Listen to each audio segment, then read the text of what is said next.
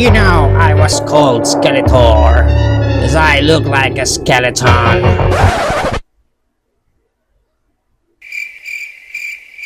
Till we meet again!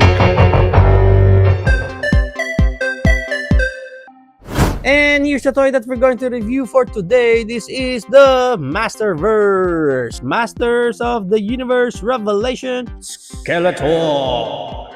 Big shout out to Charles Lagazo. Siya ang nagbigay sa atin itong Masters of the Universe Revelation Skeletor. And as you can see nga, wala na dyan si Skeletor kasi na-unbox natin siya nung nag-live tayo. And at the back, may magandang artwork dyan ni Skeletor kasama yung kanyang bio at yung iba pang characters na pwede natin makuha from this line. At the side, artwork lang ulit ni Skeletor. On the other side, Skeletor, Evil Lord of Destruction. On top, Masterverse. And at the bottom, barcode and stuff. Pag na-unbox natin si Skeletor, nandito lang yung kanyang mga accessories. First is yung kanyang alt hand. Check muna natin tong isa na para siyang naka-ray gun. Yan ang itsura niyan. And ang maganda kasi even yung mga nails niya is talagang painted. So, naka-cutics. Ganon din dito sa isa niyang alt hand, yung open palm naman niya. Yan ang pinaka-itsura niyan. Ayan o. Okay, ganda. Meron din tayo dito. I think ito yung sa series kasi ginamit niya rin ito. Hindi ko alam yung particular na tawag dito. If you know, comment down na lang. Pero para siyang pang bubbles. Lalagyan mo ng bubbles, hihipan mo dito. Magkakaroon ng mga bubbles dyan. Yan ang pinaka-itsura niya. Parang pure gold naman siya. Dito, yan. Ganda rin yung itsura niya. And of course, nandito na yung kanyang Havoc staff. Yan naman ang pinaka-itsura niyan. Ganda. At least hindi lahat isang buo purple lang. No? Usually, pag sa mga accessories, ganun ang ginagawa nila eh.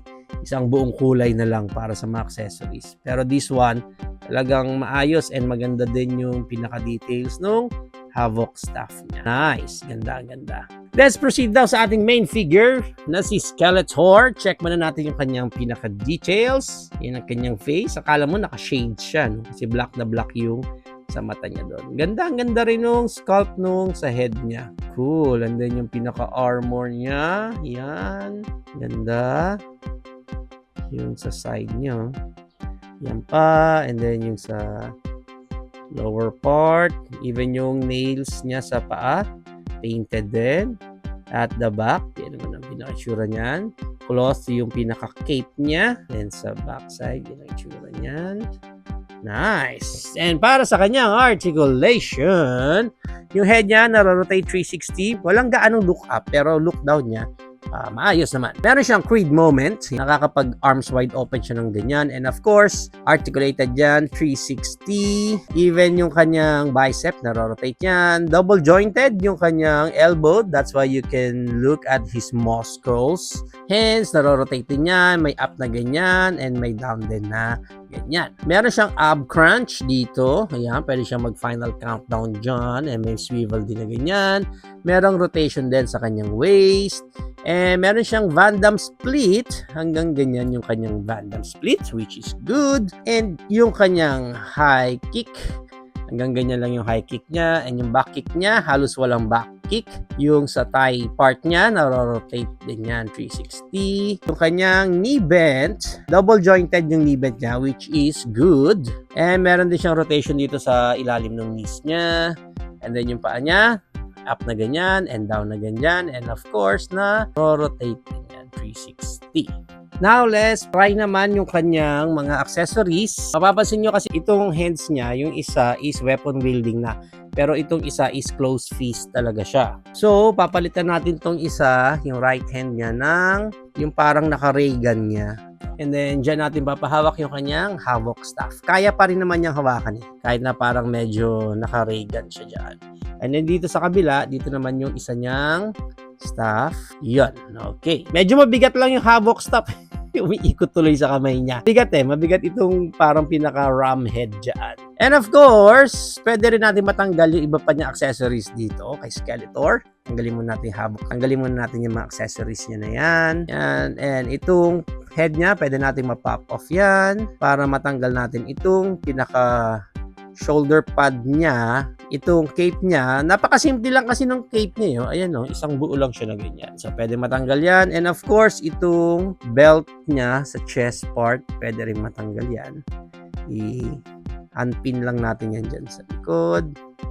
And then, yan. Then, pwede na natin matanggal yan ng ganyan.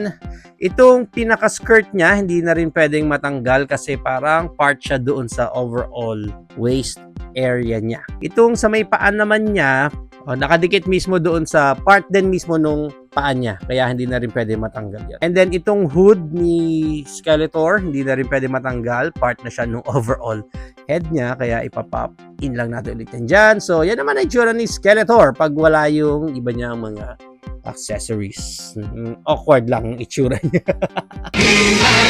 And para sa height dito ni Skeletor, ang height niya is around mga nasa 7 inches lang siya. Yan ang maganda niyan, i-compare pa natin siya sa iba pa niyang kasama sa Wave 1 ng Masterverse, which is si He-Man. Yan ang kanilang height. Ang kanyang leading lady na si Evelyn. We also have here si Mossman. And of course, si Skelegod. I-include na rin natin si Cringer. Yan. Ang laki ni Cringer. So yan ang ating height comparison. If you're planning to avail this Masters of the Universe Revelation Skeletor, ang price range niya is around 1,500 up to 1,900 pesos. Depende na lang again kung saan specific market kayo makakuha ng copy ninyo or makaka-avail din kayo ng mga naka-sale na. There you have it now guys, na ang ating Masterverse, Masters of the Universe Revelation Skeletor. What do you think of this, Kelly? Is it a go for you or a no for you? Whatever that's, please comment it down below. But for me, maayos naman ang pagkaka-execute nila for the Skeletor na ito. Actually, nagustuhan ko yung color scheme niya. Although, ang pinakamalaking downside for me is that itong cape niya. Parang pagdating dito sa cape niya, medyo tinipid. Wala nang ibang design, wala nang ibang gimmicks for the cape. Basta isang straight na purple na cape lang siya. But at least, since this one is from the Netflix series na Masters of the Universe Revelation, parang doon sila nag-concentrate. Kaya yung accessories na kasama niya is yung mga accessories na makita mo rin from the series. Overall, ito talaga yung pinaka-main line ng collection ko sa Masters of the Universe ko kasi gustong-gusto ko talaga yung scaling ng mga figures nila dito.